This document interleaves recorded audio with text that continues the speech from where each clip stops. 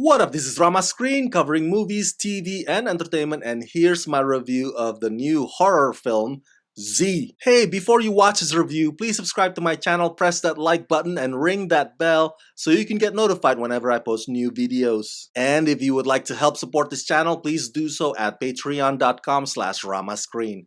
That's patreon.com/ramascreen. Let's rock this. By all accounts, this movie, Z, is downright generic. It follows all of the rules and it applies all of the tropes of your typical horror movie, so there will be many things that you can see coming a mile away. But the question is, does the movie do its job? Does the movie do what it's designed to do? And the answer to that, in my opinion, is yes. The execution, for the most part, is nicely done. Z is freakishly creepy, and it's scary enough to make you sleep with the lights on for the next few nights. Co-written and directed by Brandon Christensen, starring Keegan Tracy as Elizabeth, a young mother who begins to fear that her 8-year-old son's imaginary friend named Z may be terrifyingly real.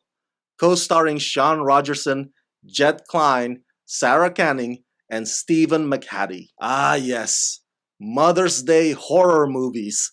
It's that time of year again. Over the years, filmmakers have come up with ways for us to celebrate this special occasion. There's that 1980s Mother's Day and the 2010 Mother's Day reboot. And let's not forget the honorable mentions like Mother with Jennifer Lawrence. Oh, and that crazy Austrian flick, Good Night Mommy.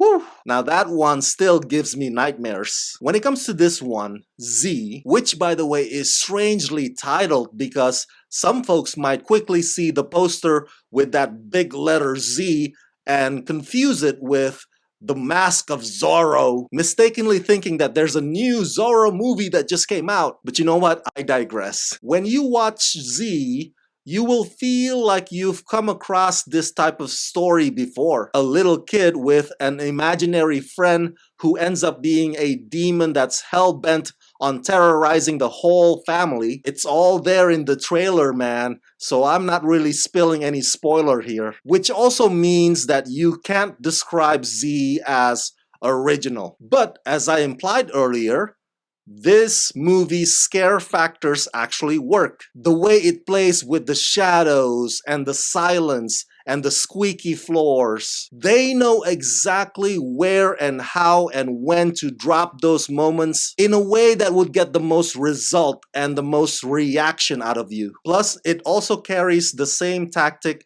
that most better made horror movies have these days, which is to make you feel as if someone is in the room watching you, but you, the audience, and the characters can't see who that is. Actress Keegan Tracy also does an excellent job of selling the whole thing to you through her manic performance as a woman who declines from suspicion down to madness. If I do have one disappointment about this film, is that halfway through, the focus kind of shifts from mother and son conflict to just being about the mother alone. To me, removing the kid from the equation just seems too convenient. So once the story turns into just being about the mother, but the film becomes not as petrifying as it would have been if she also had to protect, fight, and fear for somebody else's safety on top of her own at the same time. But that's just my small pet peeve about Z. Other than that,